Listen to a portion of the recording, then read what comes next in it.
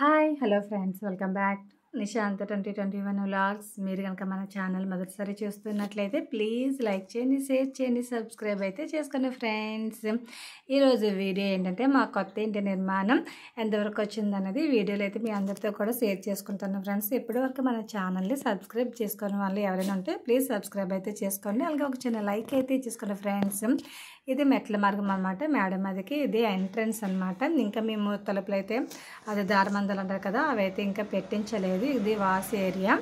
ఇటువైపు వెళ్ళి చూస్తే అంతా కూడా ఓపెన్ ఏరియా ఉంటుంది అనమాట. ఎందుకంటే ఓపెన్గా వదిలేసాము, ఎందుకంటే మా పిల్లలు ఆడుకోవడానికి అది బాగుంటుంది అని చెప్పేసి. చాలా పెద్ద ప్లేస్ అనమాట, ఫుల్గా ఆడుకోవచ్చు. మేము ఇంకా బారీ గోడ అంటారు కదా, చుట్టూ గోడ అయితే కట్టలేదు, కడితే చాలా బాగుంటుంది. కాకపోతే చుట్టూ చూడండి చెట్లు ఎలా ఉన్నాయో.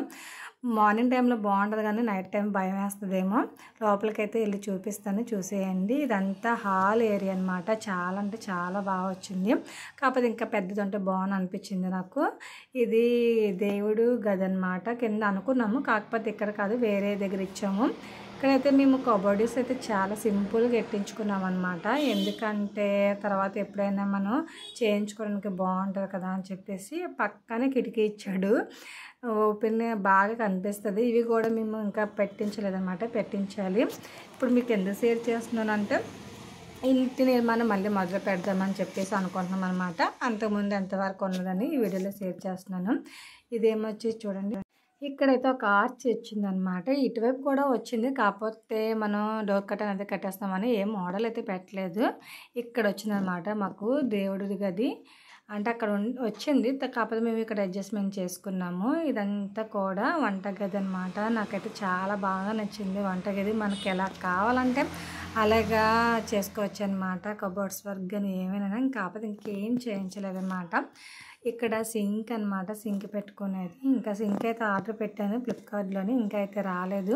ఇటువైపు కూడా కబోర్డ్స్ అవి వచ్చాయన్నమాట. మనకు నచ్చినట్టు మాది మలుచుకోవచ్చు. వంటగది ఆడవాళ్ళకి వంటగది ప్రపంచం అంటారు కదా, అందుకని చెప్పేసి చాలా బాగా వచ్చింది. ఎక్కువ ప్లేసే ఉంటుంది.